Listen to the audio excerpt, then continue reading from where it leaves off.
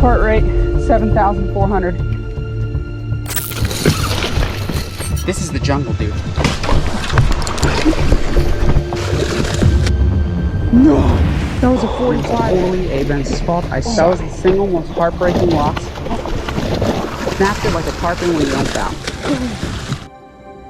And I might never get another opportunity like that again for the rest of my life. I'm gonna keep at it. Like, I'm not gonna give up.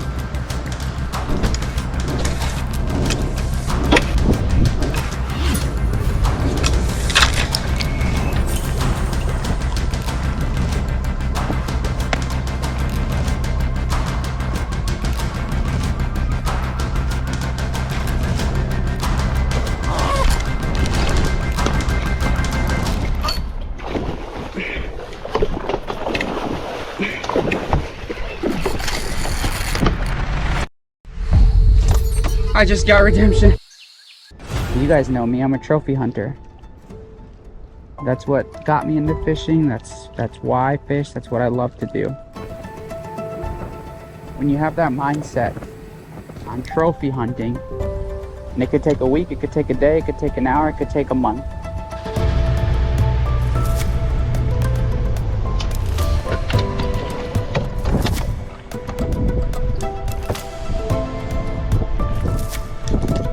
It is the snook pre-spawn, and every year I catch my biggest snook in April and May. That's public information. I've said it many times on this channel. While a lot of people go and catch lots of breeders in the summer during the spawn, personally for me, I always get the bigger ones pre-spawn. That's because a lot of the big river girls are getting more and more aggressive and coming out of the colder water temperatures to forage, and they're easier to target. When you go to the inlet, you have to weed through so many 33 to 38 inch fish, so typically it's hard to find those 40 to 45 inch fish. That's the only reason that I catch more during the pre-spawn. But every year, time and time again, my biggest snook comes during this time. So today is special because last year I filmed a video in an area of my local waters that basically goes from salt brackish to almost basically fresh, and a lot of the big snook that migrate all the way up to the river, small river systems where I can't even get to because you need like a paddleboard or a ginu, they'll start to push back out. And last year I went there and I spent 3 days throwing topwater, and I had the most insane heats I've ever filmed from snook with a 9-inch spook. And so this year I plan on doing it again with my new 6-inch spook. So I'm gonna shut up. If you're watching this video, my 6 and 9-inch spooks are finally back in stock exclusively at abenzfishing.com. Go and get yours now because I only have limited quantities while supplies last. I know every freaking salesperson ever says that, but I'm a one-man show here, and I genuinely only have 70 of each spook, 6 and 9-inch, and they always sell out as soon as I post on my story. This time around, I want to give my YouTube audience a shot at getting them, so I'm releasing them right now as this video goes live. My spooks are available. Let's get into the video because this is going to be an insane day. I can already feel it. All right, y'all, so we are like way up in the way up. We are backwater beasts today. Look at this. Look at how tight this creek is. Okay, so we got this. Look at my boat. Barely fits, dude. But this is where the true monsters live. You want the biggest snook ever? I joke with a lot of people that the snook back here are a different breed of snook. Like, they look different because of the tannins in the water. Like, they just look different. They act different.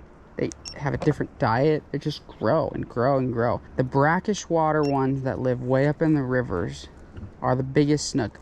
The pure freshwater ones don't get as big and are not as strong. Just because even though snook can easily survive in freshwater, that doesn't mean it's the best habitat for them.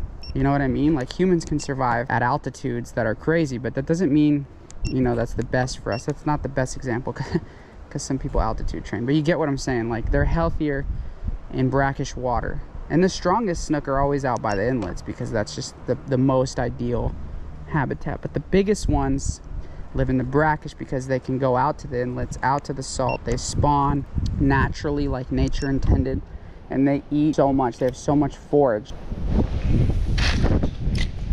I'm from Southwest Florida. Grew up fishing Sanibel Island, Naples, Bonita, Fort Myers, and there's a lot of stuff like this up there. And a lot of my biggest fish came in areas like tight-knit areas like this. We used to catch 50-pound tarpon in creeks.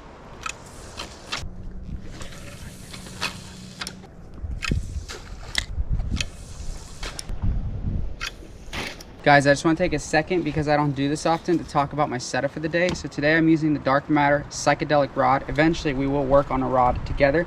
This is a 7-foot medium heavy, fast action, and it is 1/2 ounce to 1 1/4 ounce. So it's actually small for this spook because this spook is 2 ounces. But I find that with a light tip like this, you just get excellent action. And as long as you're not whipping it, like I'm not going out to the beach and whipping it and surf casting, this rod can endure. I've actually thrown my 9-inch with it. But you have to look at where you're fishing. Like I'm fishing tight areas and I'm just pitching it, you know, backhanded. And then my reel is the Saragossa 5000, which I've grown to absolutely love. I have it rigged with 30-pound braid and a 40-pound fluorocarbon leader, pre-cut from Right Angler. So yeah, that's the setup for the day. Absolutely love it, and it works. You know, it's my favorite topwater rod. Sometimes a 7-foot rod, again, in tight areas like this, especially in Florida, is better because there's obstruction behind you, trees, things like that. So that's the setup for the day. So much of the success when you're way up in the backwaters is predicated on just casting, and retrieving, and trying to cover as much ground as humanly possible. I'm a big advocate for topwaters, obviously, but I think they're the best search baits as well, especially in Florida, because you're covering so much ground, and even if you don't get a hit, you get a lot of follows.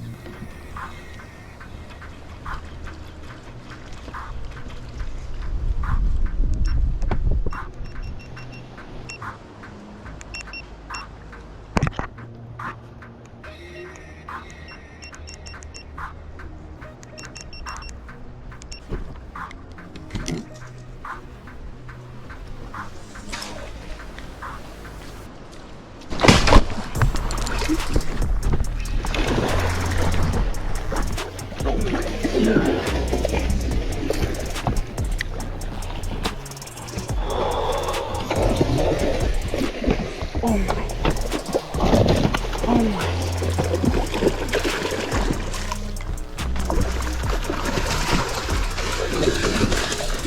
Oh God. He fucking broke it. He broke it right there, dude. Oh my God. Oh my God. No. No.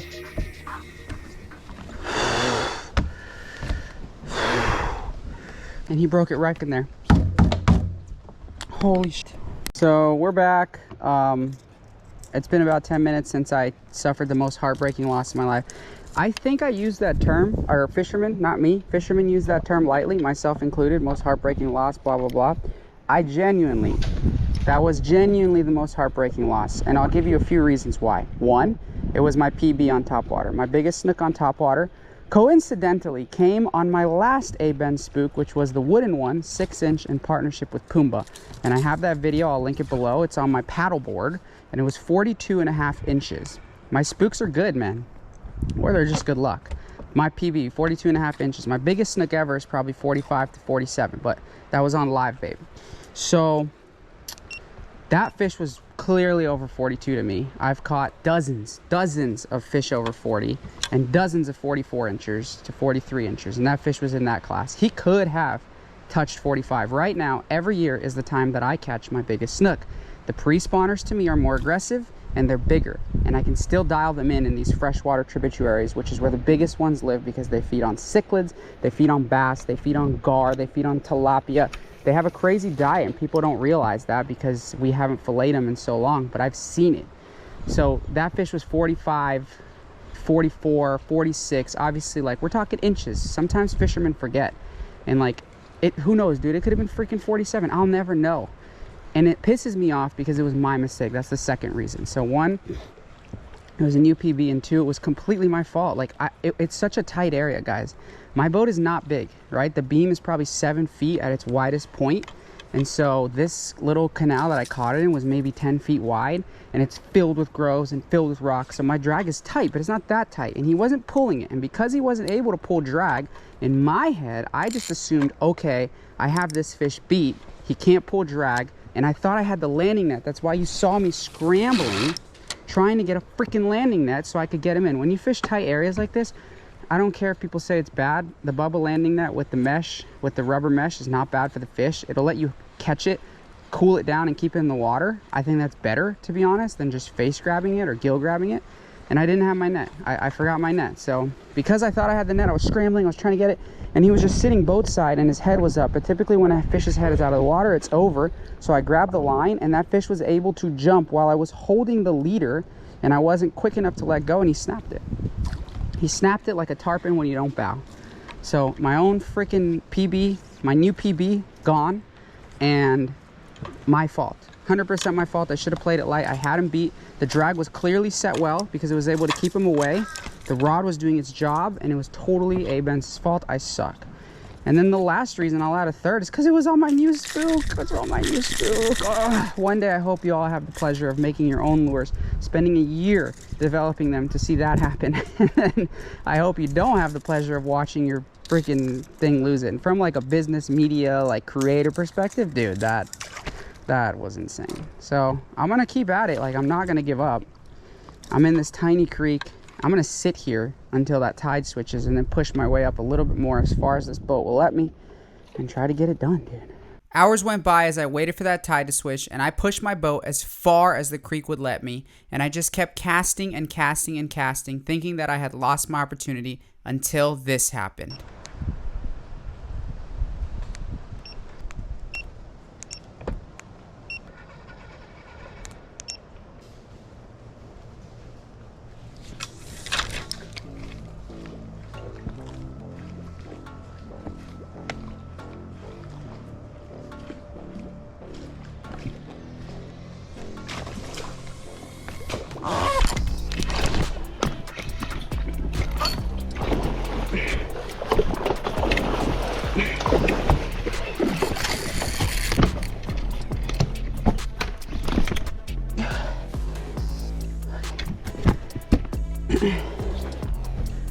Okay.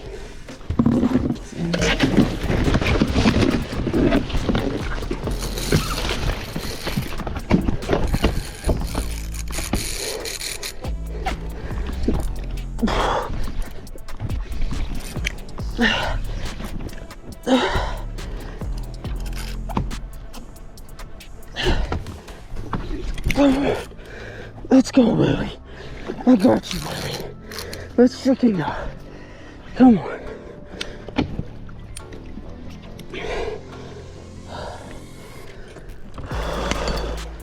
Let's go, baby. I got you. I got you. Easy. Easy. Easy, girl. I got you. Daddy's got you. Oh my God. Oh my God. Redemption. Oh my God. Redemption. Redemption. Oh. Heart rate 7,400. Heart rate 7,400. Oh my God. Dude. You guys are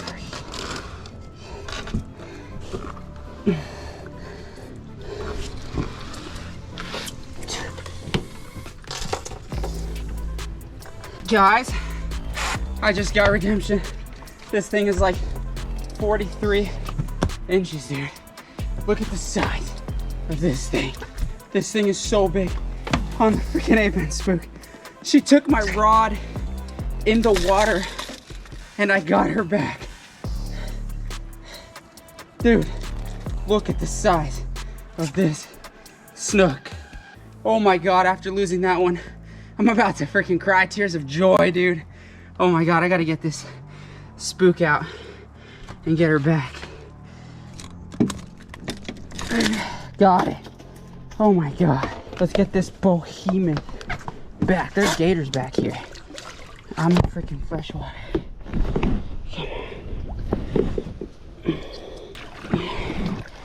Let's do our revivals.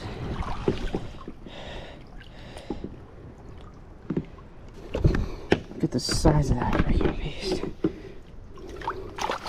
She's up. Dude, I went deep in this creek to make that happen. Holy smokes, dude. I actually can't breathe. I'm like, that thing was so big. Oh my God. I've said this so many times, but today's the sickest things I've ever filmed. If you don't subscribe, if you do not subscribe for that, I got absolutely nothing. That to me, being in here in the jungle, I'm gonna show you guys, yeah, I probably showed you the drone shot, but of where I am, because I'm throwing the drone up for sure right now. This is the jungle, dude. If you don't subscribe for that, I don't know, man. Thank you so much for tuning in. I'm done.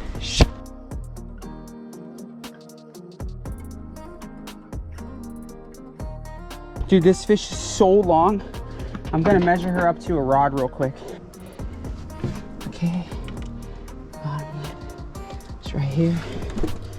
Let's mark, just to get a general idea. Let's just mark this. All right, I got home. There's my mark that I made. And then this was being generous. 42 3/4. My biggest snook on Topwater was 42. So we beat it.